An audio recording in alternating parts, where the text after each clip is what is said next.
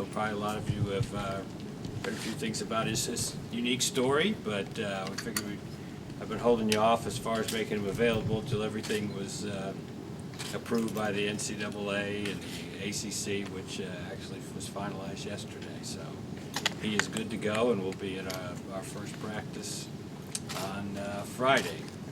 So I don't think he had any prepared statement. We'll just open it up for questions. All right.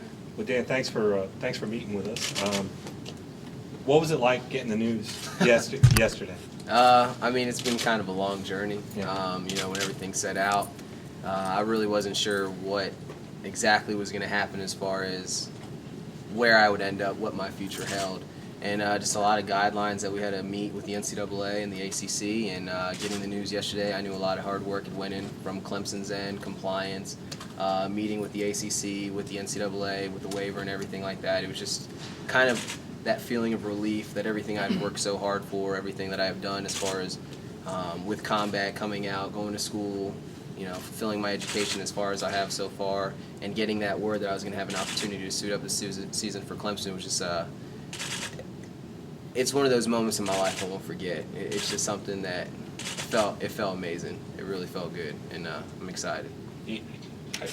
Could you, for those who haven't seen you on YouTube or any of your stories, could you share some of your story with us? Tell us how you said it's a long journey. I know you don't want to spend a couple hours doing it, but if you could just kind of. Yeah, in a nutshell, what's kind of catapulted me was I was involved in one of the worst battles in Afghanistan. On October 3rd, 2009, I was a part of the Battle of Kamdesh, which took place in Nuristan, Afghanistan. Me and roughly 38 other Americans were overrun, close to 400 Taliban. 8 Americans were killed, 22 were wounded, I being one of the wounded. And it's just one of those landmark moments in history right now. It's actually being published in a book as we speak. Comes out. It's called The Cop. And so that is kind of my background of what I amounted to in the military as far as awards go. I was awarded the Purple Heart, Bronze Star Medal of Valor, Archon of Valor, along with other awards. So when I got out of the military, I made a promise to a friend that I was going to play college football when I got out because I didn't want my life to amount or be surrounded or be just military. I didn't want to be just military. I always went in with the idea that it would be a pedestal to what I did in my future. And what I didn't do out of high school was follow my heart and play football. So I made a pact with a friend that I was going to get out once I got out of the military and go play football, and he was killed during that battle. So so once I got out, got back into school, got in the swing of things, I just started training my butt off, 6 hours a day, getting my books up, just going through the grind of 2 days realistically on my own, and just pushing, and finally my friends were just like, hey, you're not getting any notice, you're not getting anybody to see you and all this hard work you're putting in, you might have a good shot at it, you should make a recruitment video like high school kids do.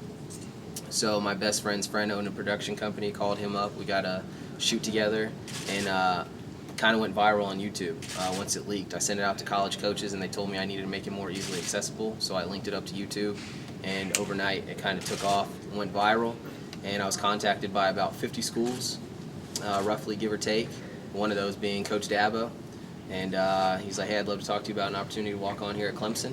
So I came down for an official visit or unofficial visit during my spring break and fell in love with it. I left here knowing I wanted to play here after meeting with him one-on-one, and what his background story was, what mine was, both being walk-ons, same kind of position, same kind of overcoming obstacles throughout life to get where you want to be, and I just really connected with him. I connected with the environment, the players here. I mean, it's a statement here that the football players make it.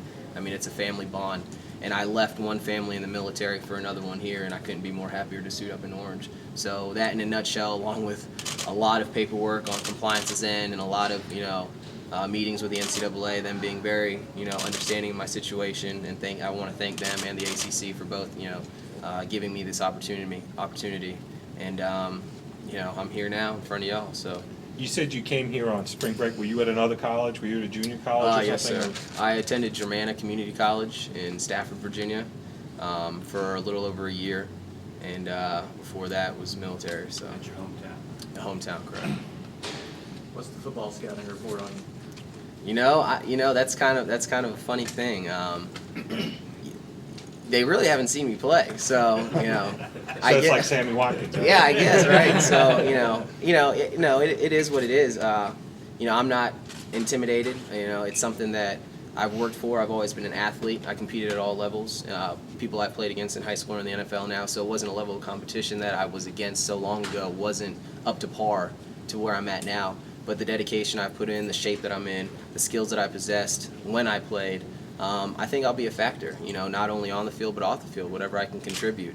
And I think anything that I proceed or, go over anybody's expectations, that's kind of just icing on the cake. And I think that's a great, I love to be in this position. There's really no pressure on me. I'm not this high scouted athlete expected to change this program. I'm not. I'm just a cog on the wheel that's going to play my role and better the team from an individual standpoint and kind of inside of what I've been through as a person. And if I can help mold, some of these guys in the locker room to have the same perspective that I have on life, it's not only going to benefit us on the field but in their lives as well. So I want to come in as an instrument in that sense. And hey, if I make a catch, I make tackles on special team, that's just a bonus. And I think I can do that. I think I will do that. And so I'm in a spot where, I'm kind of just letting it all loose, and I really have nothing to lose. So really, that's my scouting report. How long has it been since you've had a helmet on Oh, man. for series? And then think about everything that you've gone through since the last time you had one on. What's it going to be like Friday to finally put one on? Well, if we're talking football helmet, it's been a while, but combat helmet wasn't too long ago. But no, yeah, football helmet, it's been high school, so it's been almost 6 years. And, that's a long, I don't feel old, but, when you actually sit back and kind of span on the last 6 years, it is kind of quite some time, half a decade plus one. And it's going to be a good feeling. I actually got fitted for it, and putting it on in the equipment room was just one of those, brought it back. I'm sure, a lot of you have played high school football and, you didn't play, and, you always dreamed of that chance to get it back again. And I'm in that position. I have that second opportunity that so many people have said, I wish I could get one more shot.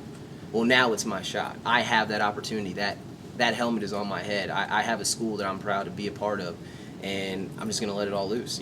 I didn't give it as much as I could have when I had the opportunity in high school, and now I have that second win, that new life to showcase what I was capable of doing then as of now. So, it's just going to be a great feeling, and, just bonding with the guys as I am now in the weight room and stuff like that, on and off the field. I've already gotten a great relationship with a lot of the players, and, more to come. So it's just, it's a good environment to be here, and I'm excited. So. Who were some of the other schools you had serious contact with, and what led you to choose Clemson over maybe some other opportunities? It came down to a top three was actually UVA, Virginia Tech, and Clemson. And UVA told me right off the bat, they really, I talked to them, they were really interested, but my high school grades weren't good enough. And they told me that my college GPA was fine, fantastic, but they weren't, my high school grades were just too far of a stretch, which I knew. I was a teenager that didn't care about my future. I didn't realize how important high school was until it came back and bit me in the butt. And Virginia Tech I had made contact with. That was actually the school I wanted to play for, being a Virginia native. I had talked with Coach Beamer and some of their assistants, and for me in my position, since I was so far removed from high school, I couldn't retake my SATs to be on that new scale system they have, because it's changed since I was out of high school. So with Virginia Tech, the rule states that I needed an associate's degree. So Virginia Tech told me to get my associate's degree and come back and talk to them. Well, there's a waiver called the 2-4 transfer waiver, which waives the associate's degree, and you can come in and play, not being a qualifier out of high school. Well, I was one credit short of an associate's degree when it was all said and done, and Clemson was like, we'll put in a waiver for you and see what the NCAA says. So Virginia Tech didn't want to do it. UVA had, told me no, and I told Virginia Tech, like, hey, these schools are gonna, the school's gonna put a waiver in for me. Like, I'm gonna go down and take a visit, see what it's all about. And when I came down and visited, that was the seal deal. I didn't care how long it took me to come here. I knew I was going to play here. And that was like the ultimate factor, because Coach Dabo actually wanted to take that risk, wanted to take that leap, which had never been done here at Clemson. I remember Coach Scott, he was telling me, this has never been done before. We'll see what happens, and I'm here. So, it's kind of was a stretch, but ultimately that I had taken a lot of risk on my life. I took a lot of risk going to Afghanistan. I kind of seen it as far as Dabo was taking a risk on me, and I knew where my allegiance lied my first visit here. So they were all in, to get me here, and I'm all in to play here. So that's how I landed here. When you first set out on this, goal to play college football, did you envision it being sort of a big-time BCS program No. that you landed at? No. The initial intent when everything first started developing, as far as me like working out, pursuing this goal, it was get in the best possible shape I could, get my grades up, get accepted into a university, and walk on. That was it. That was the dream. That was the plan. That was the goal. That's what I did. That's what I woke up every morning for. That's why I did work out so hard. Had my GPA over a 3.5. That was what I was going to do. Well, then I found out that it's a lot more difficult than that to go to a big time school and walk on. There's a lot of NCAA guidelines as far as eligibility, whatnot, this and that, and yada. So when that came and my video went viral, the first time I was contacted by Dan Rathers, I knew that something was kind of big. Like, I was like, oh man. And then Fox contacted me, Sports Illustrated, and I was like, okay, this is getting out of hand. And it was just me and my laptop in my room. Like, I had no help. I'm an independent person. So I was sitting there in my house that I grew up with, in my bedroom, like on my bed, like emailing Dan Rather back, like saying, sure, I'll do a video shoot, And no, I never knew or never thought they would get this much publicity or attention. But so no, I didn't.